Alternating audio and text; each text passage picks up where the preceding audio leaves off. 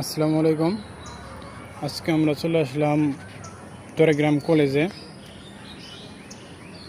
ট্যাঙ্কি পরিষ্কার করার জন্য। তা তো দেখতেই পাচ্ছেন ছাদের যে অবস্থা, তাতে ট্যাঙ্কির ভিতরে কি অবস্থা থাকতে পারে। চলেন দেখে আসি ট্যাঙ্কির ভিতরে কি খবর।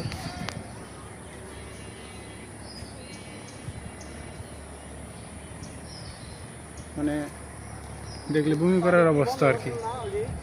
হ্যাঁ, চাবি বন্ধ করছি। পানি ওই জায়গাতে পড়ে যায় যে, না পানি একবারে কম বেড়ায়, সীমিত। পাইপ একবারে আটকে গেছে গা, আর বন্ধ করলেও পরে তারপরে পাইপ দিয়ে তো একবার যায়ই না। মানে 3 তলা ভবন, একটার ভিতরেও পানি যায় না। এমনভাবে পানি আটকাইছে যেন মানে একবার সিমেন্ট দিয়ে হিলিয়ে দিয়েছে, আটকে দিছে।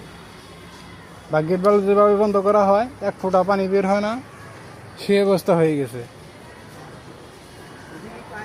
এই যে আমাদের চট্টগ্রাম কলেজ। হ্যাঁ, না কাম হবো না, প্রেশার দিতে হবো।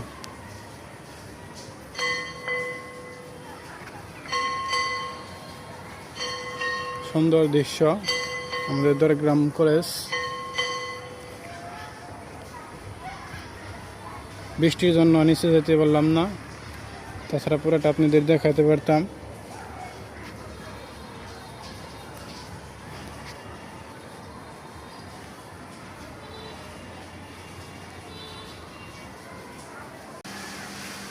আর কি বলবো ভাই, বৃষ্টির জন্য ঈদের আগের থেকে কোনো কাজই করতে পারতেছি না। যে জায়গায় যাই বৃষ্টির জন্য মানে বেহুল অবস্থা। একটা দিনও সন্ধে হলে কাজ করতে পারতেছি না। কীভাবে কাজ করবো আদে কিন্তু ভাবতেছেন কী অবস্থা। এর মধ্যে কাজ করা মানে আরও ঝামেলা।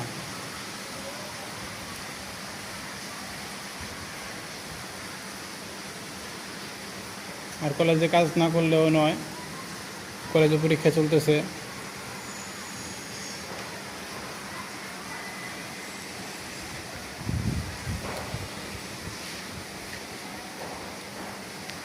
চলেন দেখাই বাথরুমের কী অবস্থা।